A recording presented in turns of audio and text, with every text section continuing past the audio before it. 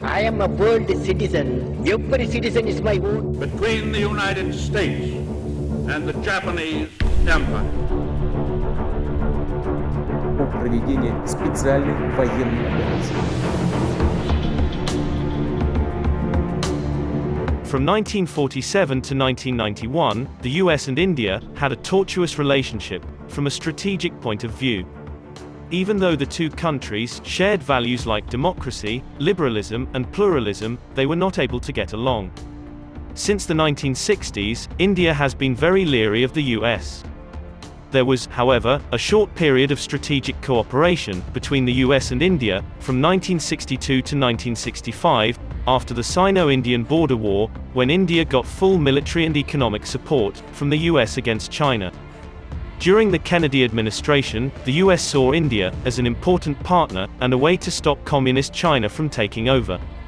During the Sino-Indian conflict of 1962, Kennedy strongly supported India and called China's invasion a clear act of aggression. He even backed India's bid for permanent UN membership. When India got its independence on August 15, 1947, the world was almost split in half, between the US and the USSR, and the Cold War had just begun. India stayed neutral, because it was a new country, and couldn't show any preference for either group. The US thought this was a hostile move. US officials were upset that India didn't join any group. The US made security alliance pacts, like NATO and SEATO, and the Soviet Union made Warsaw Pact, to go against each other's plans. India has never taken sides, and has never joined, any of these regional security agreements. On the other hand, Soviet officials were among the first to see non-bloc countries as legitimate and statistically important parts of the world order. The way India and Egypt went about things really impressed Soviet politicians. They believed that these states shared important common attributes and accepted similar restraints on their foreign policies. In fact, Soviet leaders have tried to make their policies match those of the non-aligned world, and they have used the idea of military non-alignment in the Third World as a special strategic tool. When the Indo-Pak conflict started in 1965, relations between India and the US were not fully developed. The US helped Pakistan militarily and diplomatically, even at the UN, which caused tensions between the US and India. Indian lawmakers asked the US to stop helping Pakistan, because Pakistan used the help it got from the US against India. Even though the US helped India during the Indo-China War, India did not give up its policy of non-alignment and switched to anti-communist goals. Nixon hurt Indo-US relations after Kennedy was assassinated. Pakistan got help in both the military and the economy. Because India was close to the Soviet Union, the US looked for a close ally to counter the Soviet Union's power. For decades, the US didn't give India weapons, because it saw military dictatorship as a better partner. On the eve of the 1971 Indo-Pakistan War, relations between India and the US were at their worst. Indira Gandhi signed the Peace, Friendship, and Cooperation Treaty with the USSR, to stop a possible alliance between the US, China, and Pakistan to attack India. In the event of a military attack, in the next 25 years, the two countries agreed to work together strategically.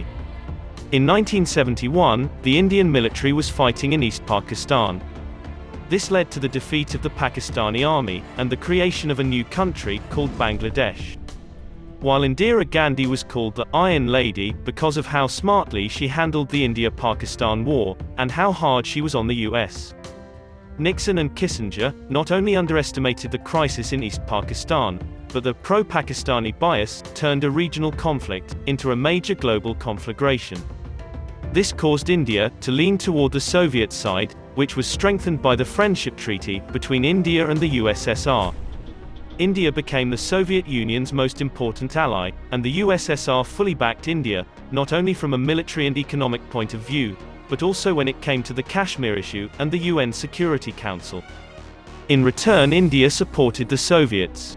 The UN General Assembly was responsible for the Soviet intervention resolution. Only Angola, East Germany, Vietnam, and India backed the action, in addition to other Soviet allies. During the Indo-Pakistani War of 1971, Nixon sent the U.S. Navy's 7th Fleet to the Bay of Bengal.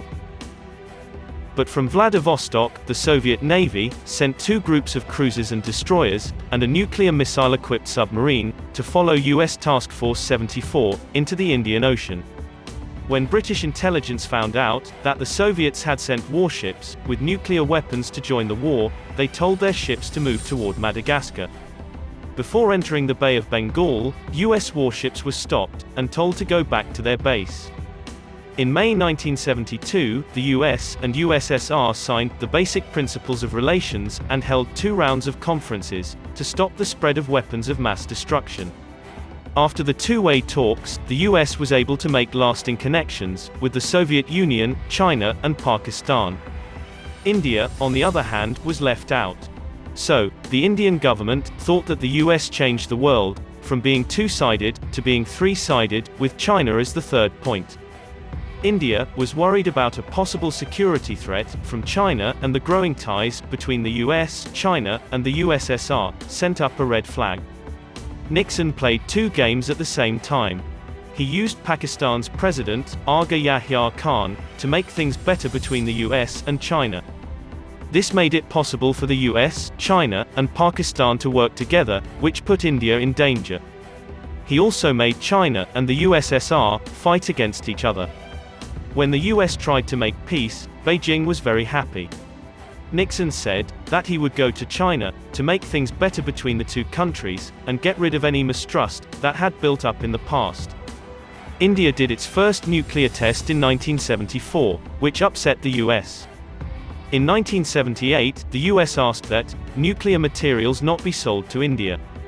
US National Security Archive and American Nuclear Proliferation International History Project reveal America was preoccupied with China and the Vietnam War. The record reads, India's peaceful nuclear explosion on May 18, 1974, took the US by surprise, since the intelligence community wasn't searching for indicators of a test. Several agreements in the areas of trade, civil aviation, maritime traffic, textiles, and commerce strengthened the relationship between the US and China. But China was still worried about US-Taiwan relations, because the US helped Taiwan during Taiwan's Strait crisis in late 1954 and early 1955.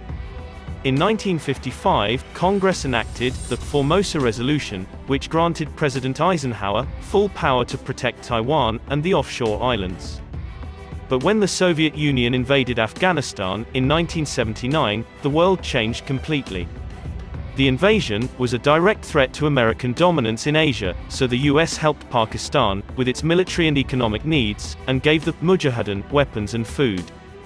In reality, it was a war that Pakistan fought against the USSR on behalf of the US. Indian leaders didn't like that the US was in the Indian Ocean, so they made it official that the US was using Pakistan and its fighters to get what it wanted in the conflict with the Soviet Union. The leaders of the United States said that their goal was to stop communism from spreading in South Asia. When the Soviet Union invaded Afghanistan in 1980, the Reagan administration worked to improve ties with India and keep ties with Pakistan strong, so that the US could still be taken seriously in the region. Still, India's overall foreign policy view of the United States for almost 50 years was one of deep caution. India's Minister of External Affairs, S. J. Shankar, said at Columbia University's School of International and Public Affairs, in New York, that India has now gotten past the assumptions to build a different relationship with the US. The end of the Cold War was the start of a new chapter in the relationship between India and the US, which went from being far apart to being close. This change was caused by many political, economic, and strategic factors. First, the Indian Ocean will decide the fate of the world.